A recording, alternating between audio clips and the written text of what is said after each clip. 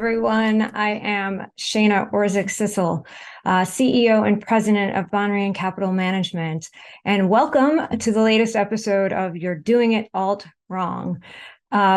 You're Doing It Alt Wrong is Banrion's video series that helps address myths and misconceptions about alternative investments.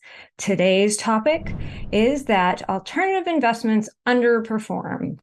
This is a really pervasive myth, and I think that it's interesting that it continues to be the pushback that people give when they talk about why they don't invest in alternatives. And the reason I find it interesting is because it's the functional equivalent of saying that stocks underperform because, let's say, Target underperformed.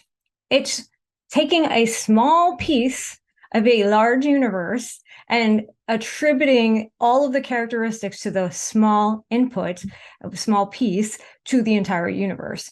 The alternatives universe, as we talked about in our last episode, is a massive category of everything you can possibly imagine.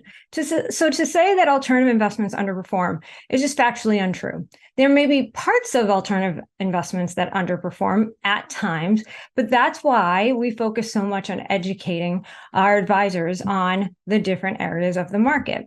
As we talked about in our first episode, having a diversified mix of alternatives that have low to no correlation to traditional equities and traditional fixed income is really the key to get the risk-adjusted return benefit that alternatives can have. But like anything, I think I saw once a really great quote, which is that if you're not complaining, then you're not diversified, because there's always going to be something in your portfolio that isn't working. So if you have to explain why something's not working, then you're probably well diversified. And I think that's true when it comes to alternatives. In general, when you look at the universe of alternatives, you have a lot of what are called hedged products. And hedged products tend to have a hedge on. So they are protecting from downside. But in order to maintain a hedge, you're taking some opportunity cost from potential outsized returns. So a hedge is going to offer downside protection, but it will do so at the expense of 100% upside participation. And in the alternatives universe, there's so many different things. Private equity, private credit, and then you get into all these hedge strategies that I just referred to. You get into some of the illiquid stuff, antiques, wine, music rights. All of these things fall into alternatives. And so at times, certain things may underperform. For example, if the stock market is going straight up, just like bonds are likely to underperform, so are hedged equity products, or anything that holds and maintains a hedge or has low correlation to equities will likely not perform in line with equities. But that's where it gets really important to what are you comparing it to? Why do you own it? You shouldn't be comparing an alternative strategy to the S&P 500, because that's not what it is. We can argue and debate about what the appropriate benchmark is, but it's not the S&P 500. That much I am sure of. Just like you wouldn't compare your investment grade bonds to the S&P 500. You would compare them to an appropriate investment grade bond index.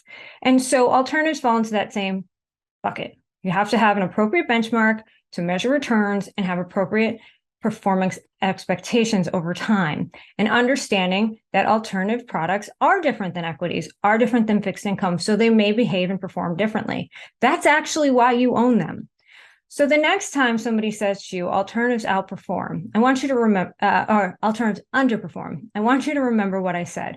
Saying that alternatives underperform is like saying that stocks underperform because Target underperformed. You're throwing the baby out with the bathwater, to use a very old analogy. So I want you to consider that, consider why you use alternatives. In our case, we do it to help improve risk-adjusted returns so that we can potentially take risk where we have a better chance to have a high return, where we have a better chance for our risk to pay off. And so we use alternatives as a way to allow us to budget for that. And it allows us to have a smoother ride. So if your client's goal is to save for their child's college, having alternatives can make that a smoother ride with more consistent returns and get them to their goal in a manner at which they're more comfortable with. And so that should be our focus. Focusing on using alternatives for what they are: risk management, uncorrelated asset classes, broader and better diversification. That is the key with alternative investments. And at Banríon Capital Management, what we do is help advisors put together portfolios with appropriate allocation to alternatives so they can help their clients meet their goals and have a smoother ride. Thank you so much for watching. If you like this video, don't forget to like it and to press subscribe and give us any feedback. Or if you have questions and we haven't addressed it, please feel free to submit that, because we want to address any questions, concerns, myths, or misconceptions about alternative investments for advisors and investors everywhere. Thank you again. Have a wonderful day.